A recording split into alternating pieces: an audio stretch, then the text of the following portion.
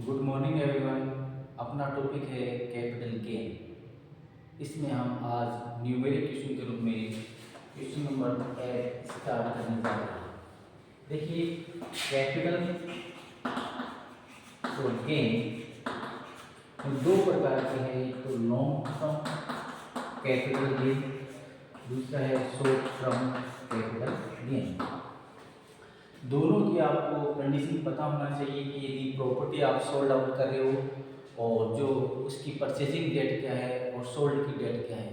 यदि परचेजिंग और सोल्ड की डेट में ड्यूरेशन लेस देन 3 ईयर रहती है, तो होगी short term. More than 3 year रहती है तो होगी लॉन्ग टर्म। तो कहने का मतलब कोई भी प्रॉपर्टी आप परचेज करते हो फिर उसको सोल्ड करते हो और उसकी टाइमिंग यदि 1 वर्ष 2 वर्ष 3 मैक्सिमम 3 वर्ष तक है तो शॉर्ट टर्म में आएगा, और 3 वर्ष से अधिक है तो लॉन्ग टर्म में आएगा। इससे रिलेटेड एप्लीकेशन अपन ने स्टार्ट की। अभी थोड़ा सा ध्यान ये रखना है कि लॉन्ग टर्म कैपिटल गेन है, इसमें इंडेक्स यूज किए जाते हैं, शॉर्ट टर्म इंडेक्स यूज नहीं किए जाते हैं। इसको ध्यान में रखते हुए अपने को क्वेश्चन को करना है। अपना 2001 का इंडेक्स है वो कितना है भी 100, और करंट का जो हम कैलकुलेशन करते हैं 23 24 23 का 3 4 8। तो ये इंडेक्स नंबर है जो अपने को ध्यान रखने हैं। इंडेक्स 100 2001 का इंडेक्स कितना है 100 है, और करंट जो हम कैलकुलेशन करें 23 24 23 में इंडेक्स याद आपको रखना है 3 4 8। ये दो इंडेक्स को अपने को याद रखने हैं और इंडेक्स अपने को क्वेश्चन में देगा। इसके अकॉर्डिंग हम आज स्टार्ट कर रहे हैं क्वेश्चन नंबर 8। यस, देखिए इसमें ए बी सी और डी 3 पॉइंट दे रखे हैं। तो फर्स्ट बेटा अपन स्टार्ट कर रहे हैं ए पॉइंट।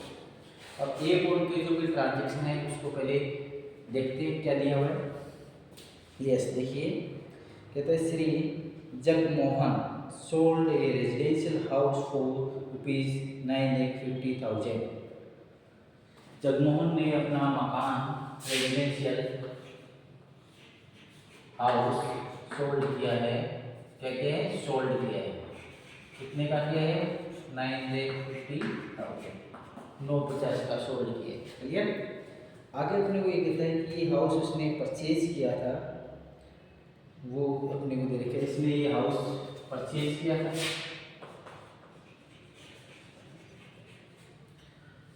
सोल्ड तो कब किया है 23 24 अपने सेशन में किए। ये तो डेट है सोल्ड की। परचेज की डेट आपको दे देता हूँ कितने हैं। परचेज ही जो हाउस आपने किया है ये बेटा अपने को दे रखा है। इसने परचेज करने की डेट ईयर 22-23 में आपने सॉरी 12-13 में आपने परचेज किया। कितने भी परचेज किए ये अमाउंट भी आपको दे रखी है।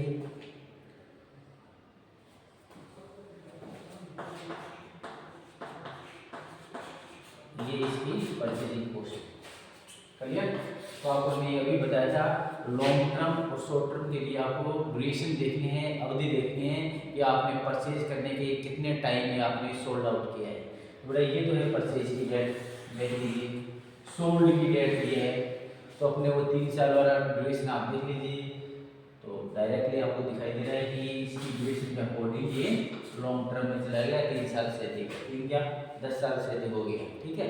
तो यदि कोई भी प्रॉपर्टी आप परचेज करने के 3 वर्ष के अंदर अंदर सोल्ड कर देते हो तो उसको तो बोलते हैं शॉर्ट टर्म कैपिटल गेन, और इसके अधिक रखते हो तो उसको बोलते हैं लॉन्ग टर्म। तो ये अधिक वाला ना, इसलिए लॉन्ग टर्म के अकॉर्डिंग अपना कैलकुलेशन करेंगे। क्लियर? आगे क्या कहते हैं सुनिए आप।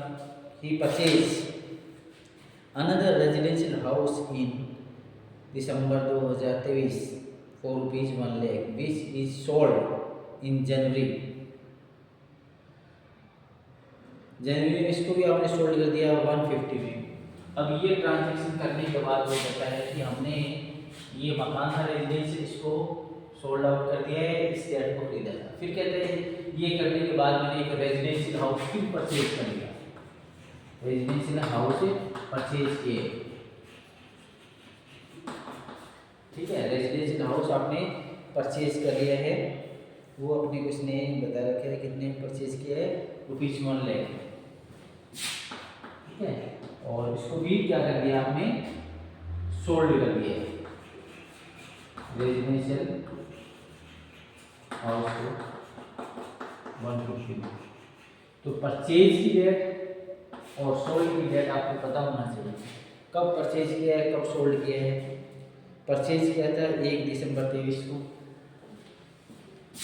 1 दिसंबर 23 में परचेज किया था, और सोल्ड कब करने हैं, अभी करने हैं सोल्ड।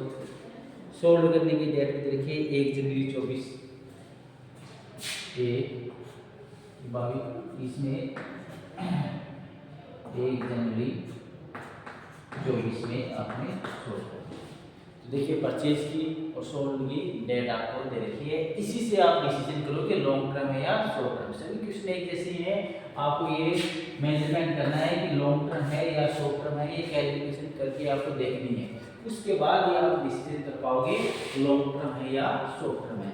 तो ये जो है ये तो हो गया short term, sorry long term, तो ये हो गया शॉर्ट टर्म। तो ये 22 दिसंबर में किया, दिसंबर 22 हो तो 23 और 24 में, कहने का मतलब 1 वर्ष और कुछ महीने में आपने सोल्ड कर दिया, इसलिए ये ट्रांजेक्शन क्या बन गया, शॉर्ट टर्म।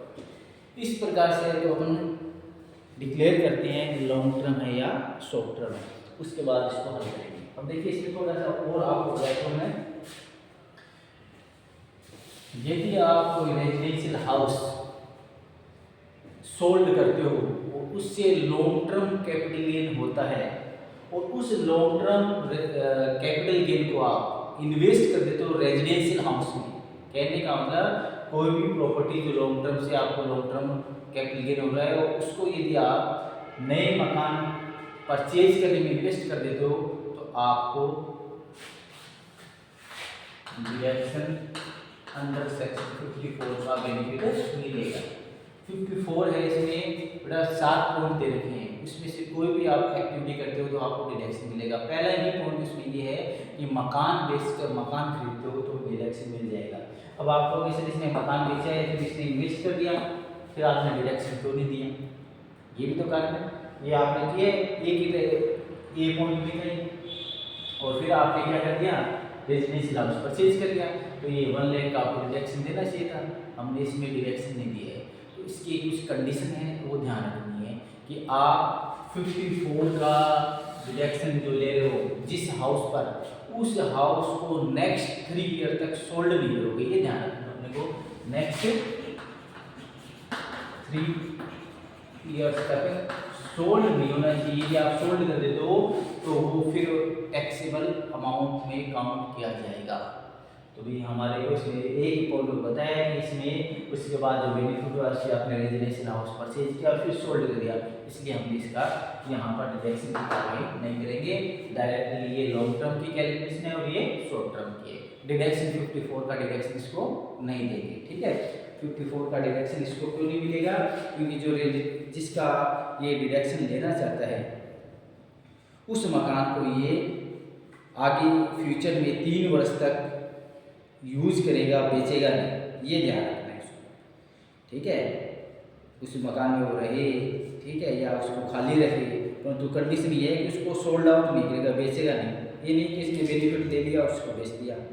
इसलिए 3 साल की कंडीशन है 3 ईयर की, वो ध्यान में अपने को रखनी है, उसके अकॉर्डिंग अपने को ये कैलकुलेशन करनी है। समझ में आ गया? चलिए अब अपन इसको करते हैं। सभी क्वेश्चन एक जैसे बेटा, एक क्वेश्चन भी आप मान लीजिए समझते हुए करते हो ना, सभी पॉइंट ऐसे एक long term short term duration देखनी है, उसके अकॉर्डिंग मेजरमेंट करना है आपको कि लॉन्ग टर्म हुआ शॉर्ट टर्म हुआ, ठीक है। अब इसको अपन सिस्टमेटिक लिख देते हैं।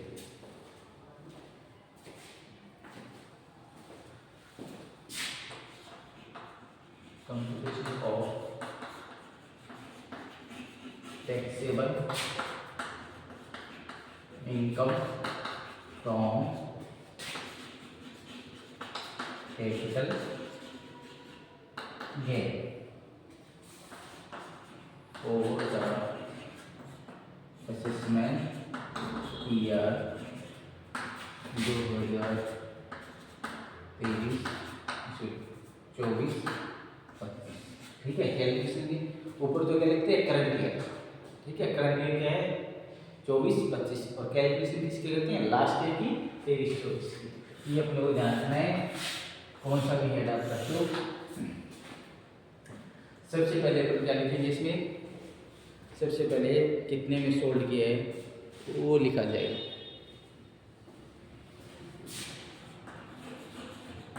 Selling price of residential house, selling price of residential house. तो selling price of residential house अपने को दिया हुआ है, वो देख के अपन लिख देंगे। कैलकुलेशन आप क्या करोगे, कैलकुलेशन फटाफट करके बताएगा।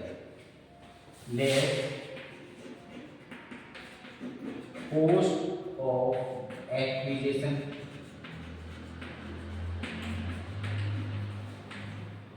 लेस कॉस्ट ऑफ एक्विजिशन, इसके खरीदने की लागत कितनी है वो अपन यहाँ लिखेंगे कितनी कॉस्ट।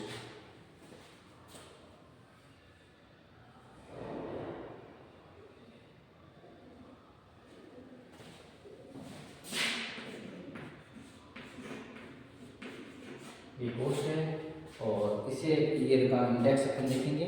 अभी बताया था इसी ईयर का इंडेक्स अपना कितना है 200 इंटू में 3, 4 ये लगाना है। ठीक है, ये आपको भी बताया था कौन सी ईयर है।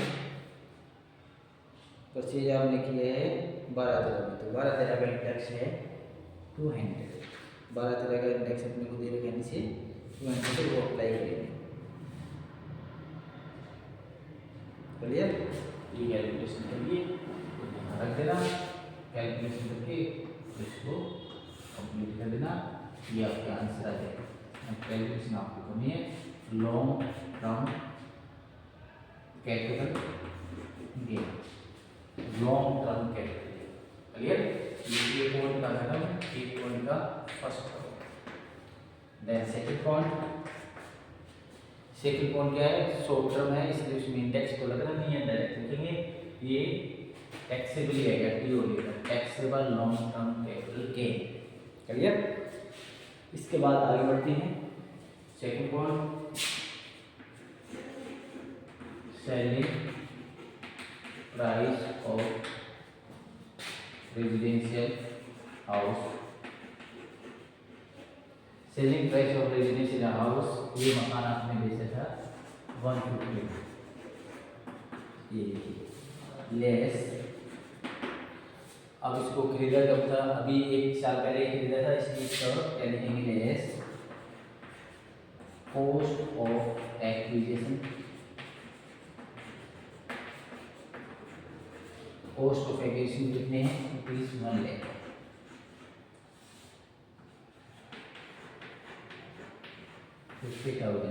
इसको लिख दोगे taxable short term capital gain, taxable short term capital gain.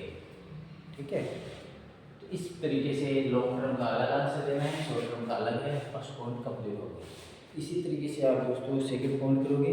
Second point में इसमें क्या है कि ऑर्नामेंट्स सोल्ड किए उसकी कॉस्ट लिख देना, कॉस्ट ऑफ एक्विजिशन कब किए परचेज किए वो देखना, उसका इंडेक्स लगाना। ठीक है, और उसके बाद उसमें रेजिडेंशियल हाउस 4 लाख का उसने परचेज किया है, तो वो आप उसका ये तो है कोई भी मकान खरीदकर वो ऑर्नामेंट्स आभूषण बेचकर वो कैपिटल गेन लेना चाहता है, कौन सा लेना चाहता है डिडक्शन लेना चाहता है अंडर सेक्शन 54, उसके लिए आपको ये लेना है long term capital gain into investment amount divide में net selling price. Residential house sold करके रेजिडेंशियल हाउस परचेज करता है डायरेक्ट डिडक्शन मिल सकता है। और पॉइंट नंबर 2 में ऐसे ही आपको करना है, फिर यहाँ ऐसे डिडक्शन लगाना है, समझ में आ रही बात आपकी, ऐसे डिडक्शन लगाना है यहाँ जो आए। ठीक है, और पॉइंट नंबर 2 की बात कर रहा हूँ, तो यहाँ लॉन्ग टर्म कैपिटल गेन है वो लिखना, इन्वेस्टमेंट अमाउंट मतलब उस मकान को जो आप खरीद रहे हो उसकी वैल्यू कितनी है 4 लाख है वो लिखना। Net selling price, net selling price का मतलब है कि ये जो सेलिंग प्राइस है ये इसमें ये कोई ट्रांसफर एक्सपेंसेस है तो लेस ट्रांसफर एक्सपेंसेस को दे रखे हैं, जैसे 30,000 रुपये दे रखे हैं तो 30,000 रुपये आप लेस, ऐसे ध्यान रखना है अपने को। नेट सेलिंग प्राइस क्या फॉर्मूला है, ये लॉन्ग टर्म कैपिटल गेन यहाँ जो है वो लिखना है, इन्वेस्टमेंट अमाउंट मतलब कितने का मकान परचेज किया वो लिखनी है, divide by net selling price. Net selling price का मतलब सेलिंग प्राइस में कोई ट्रांसफर खर्चे हैं, ठीक है, तो आप लेस कर देना और उसमें पुट वैल्यू पुट कर देना, उतना आपको इसमें से डिडक्शन मिल जाएगा। तो इस तरीके से ये पॉइंट नंबर सेकंड आपको करना है। इसी प्रकार से थर्ड पॉइंट आपको करना है, एग्रीगेट लैंड है इसको सोल्ड आउट किया है, कॉस्ट दे रखी है, कब परचेज किया है वो देख लेना, उसमें एक लॉन्ग टर्म है और एक शॉर्ट टर्म है, ठीक है। और फोर्थ है वो अपन देखते हैं, फोर्थ में वो क्या दे रखे हैं, एमिस्टर कार आपने सोल्ड की है और ये एमिस्टर कार आपने परचेज की है, ये पर्सनल यूज में आती है, तो पर्सनल यूज की मोटर कार एग्जेम्प्ट होती है, गुड्स की डेफिनेशन में नहीं आती, ठीक है। गुड्स की डेफिनेशन में पर्सनल एग्जेम्प्ट की मोटर कार है, फर्नीचर है, ठीक है, क्लोथ है, ये यूज नहीं गुड्स की डेफिनेशन में ही शामिल नहीं की जाती, इसलिए ये पॉइंट नंबर डी में आंसर क्या आएगा, नील, क्योंकि हम इसकी कैलकुलेशन नहीं करेंगे। तो आज के लिए इतना काफ़ी है, थैंक यू।